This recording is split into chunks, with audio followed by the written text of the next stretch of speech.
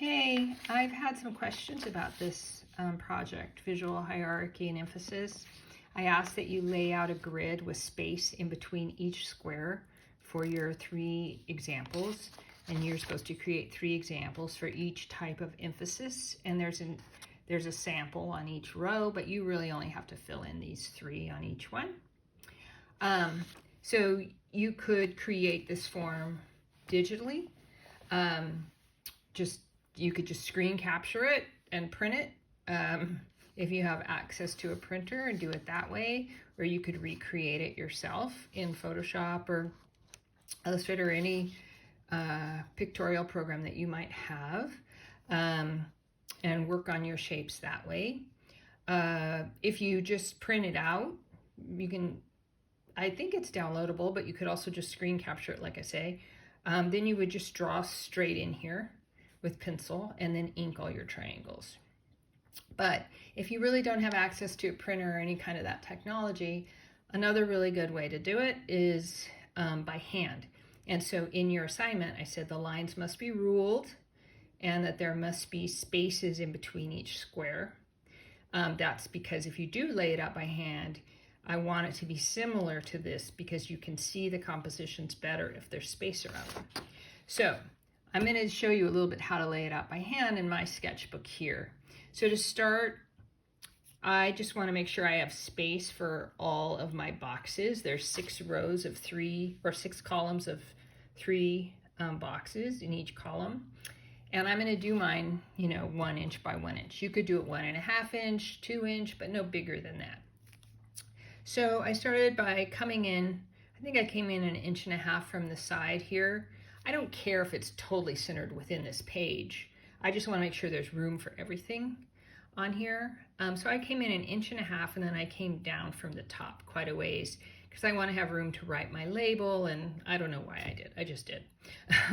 So I have a kind of a corner, right, to start. So I have a horizontal line and I have a vertical line to begin. So from that vertical line, I'm lining up a ruler, and I'm going to make a 1 inch space first, and I'm going to be marking quite dark because I want you to be able to see it as best you can. I know it's not easy to see on here, but so there's 1 inch, and that'll be for my first row. And then I'm going to put a 1/2 inch gap in between. Maybe you don't need one that wide, but that's what I'm doing.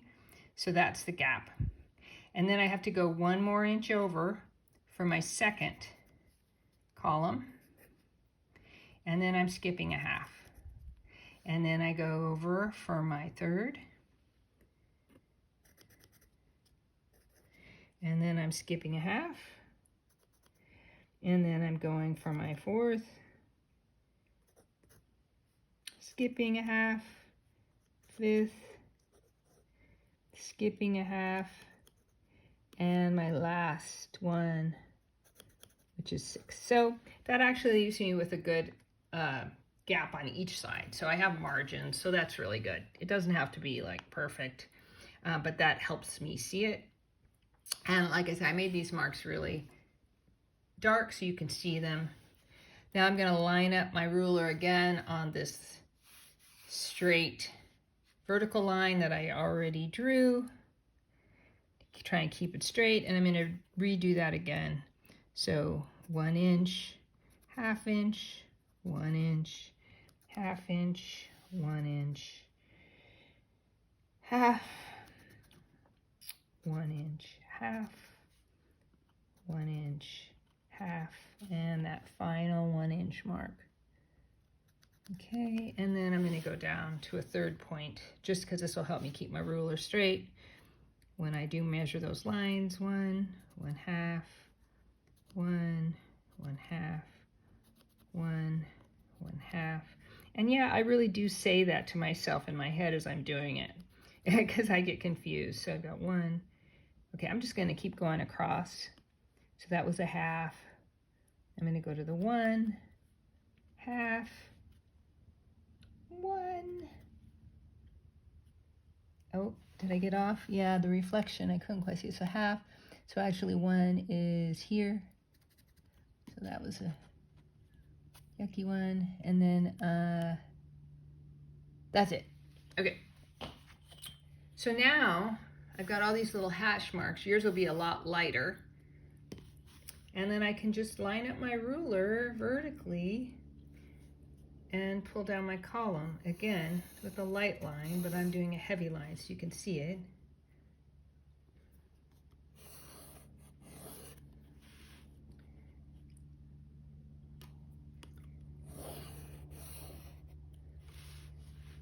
Okay, and these should be right-angled squares. Not rectangles, but squares. And they might be a tiny bit off. It's okay if you've done it analog, hand done. But I want you to try, because you really want consistency so that you can see your designs. Okay, pulling that. Now when we do this, we tend to really, if we're drawing a line along a ruler, we tend to really push our pencil too hard into the page. So really do keep those lines light. You don't want to etch, like carve the line in to your paper, because then when you erase it, it's still there. But I feel like if I don't make them dark, you won't be able to see at all. So erase this little mark I made before. Okay, so now you have all your verticals. You got to do your horizontals. So that's going to be 1 inch down from the horizontal line. I line that right up and I do 1 inch. And then I can skip a 1/2 inch down. I have enough room. I'll probably just do a 1/4 inch. Okay, and then 1 inch, 1/4 inch, 1 inch. So I should 1, 2, 3. So that's all you need is 3. So I'll do it over here. 2, and we'll do 1 inch, 1/4 inch, 1 inch, 1/4 inch, 1 inch, 1/4 inch, I don't know. Yeah, I don't even need that last one. And then do it at the end here so that I can pull my ruler across and keep it straight. Am I still in the...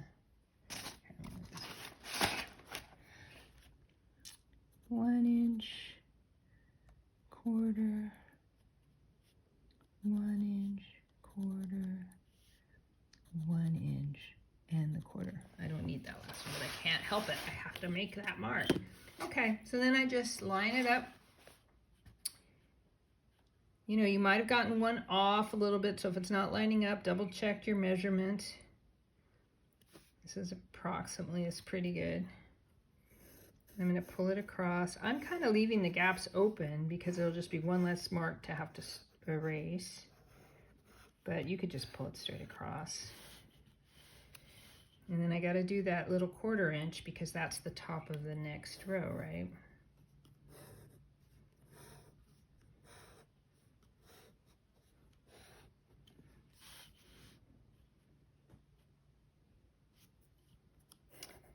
Okay, so you can see my second row is shaping up here. Again, I'm pushing really hard on my pencil, which you would not be doing.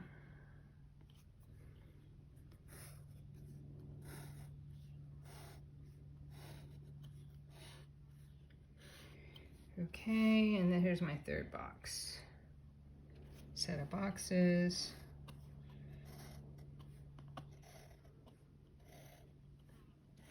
All right. So there you go. Now you have them. 1, 2, 3, 1, 2, 3, etc. You then need to ink those so that the outlines of the boxes are black. So you're going to want to use, you can use a roller ball, a black pen. I have this pen. I think it still has ink in it. I will line that up. Now what's tricky here is to not rule the gaps. But, you know, if that happens, it's not the end of the world.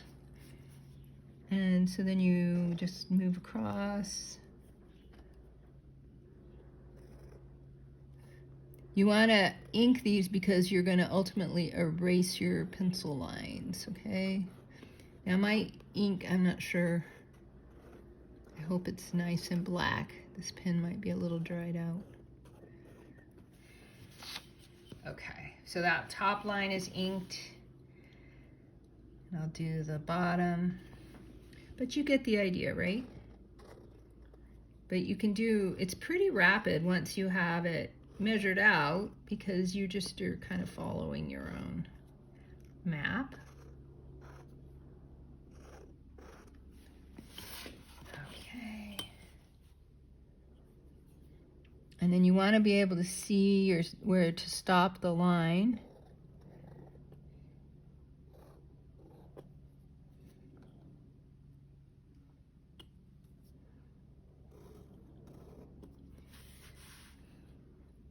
I'm just going to do this little vertical here so you at least get one row. Or the top box anyways, inked. All right. So now these boxes are inked. Look at this top one. You see all 4 sides are inked. Let that dry. Take my eraser once it's dry, and then I can just erase any pencil.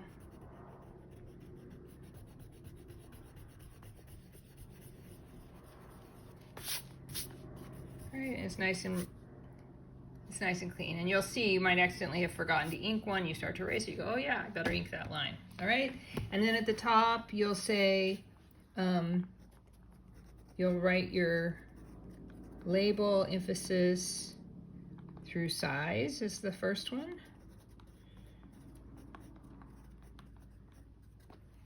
And you'll do all your examples. So if you're inking this by hand, you may want to work light in your box with pencil first because you're going to be erasing and adjusting and erasing and adjusting.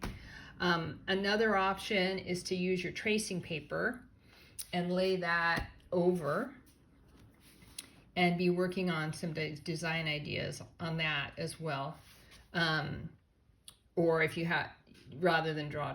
But if you draw lightly, right, you can work out your ideas, and then as you hone in on them,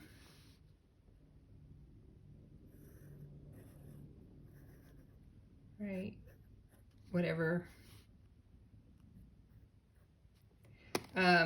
you do, then you can keep, making them perfect-ish. Go and do your others. Once you have them all done, then you're going to go back in with your pen and you're going to ink them as well. So you're going to outline them